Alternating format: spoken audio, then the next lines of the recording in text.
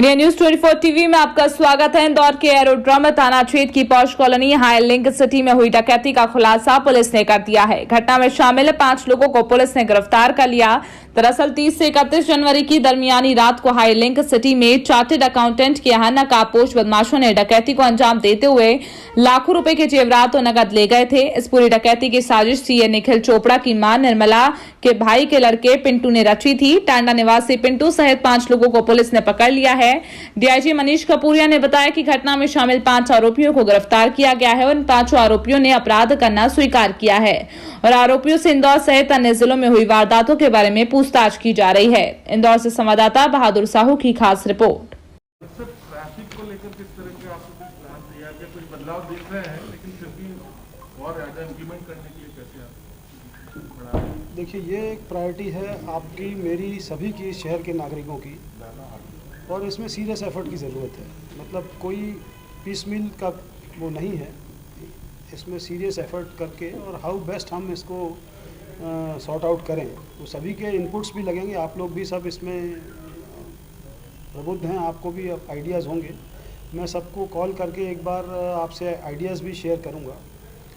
मूल रूप से इसमें जो एग्जिस्टिंग हमारा रोड नेटवर्क है, इंफ्रास्ट्रक्चर है, उसका बेस्ट यूटिलाइजेशन हम करना चाहेंगे। इंदौर नगर में करीब 24 लाख वाहन हैं और ये इंक्रीमेंट होते जा रहे हैं। 24 लाख का भी फिगर लास्ट ईयर का है।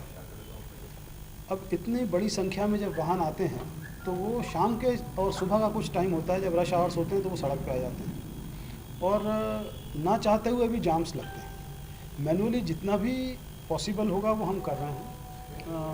हमने अभी कुछ चौराहे जो जहाँ ज़्यादा प्रॉब्लम है उसको आइडेंटिफाई किया है, वहाँ मैक्सिमम स्टाफ का डिप्लॉयमेंट रश आवर्स में करके उनका ट्रैफिक मैनेज कर रहे हैं।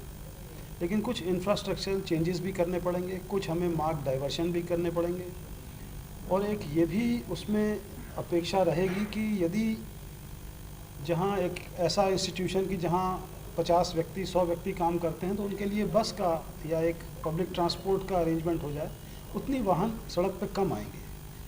तो ये सारे की सारे प्रयास हैं इसमें। जो इरेगुलर पार्किंग्स हैं उनके ऊपर भी क्रैकडाउन करेंगे।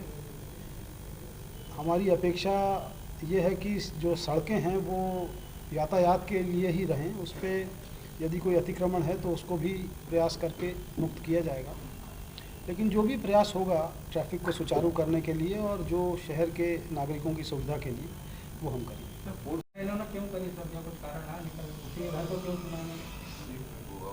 संपत्ति संबंधी अपराध हैं एंड इनको आइडिया था, एक वो जो एक क्रिमिनल इसमें से इन्वॉल्व है, जो इसका सरगना अपन कह सकते हैं, वो इसी फैमिली से रिलेटेड है और चूंकि उसको आइडिया था, इस प्रयोजन से उसके द्वारा ये वारदात की। Basically property related offence. Sir, ये चोपड़ा का भतीजा था या जैन का भतीजा था? 2 घरों में वारदात। उनकी रिलेटिव ही है। चोपड़ा की सगा भतीजा थे। तो ये सर इसके एक सेम गैंग है, वो साथ ही आए थे और ये इस आवास में गए थे, वे दूसरे आवास में गए थे। बरामदगी में तो बरामदगी में कुछ उनका जो मशरूका है वो बरामद हुआ है, शेष की अभी तलाश जारी है।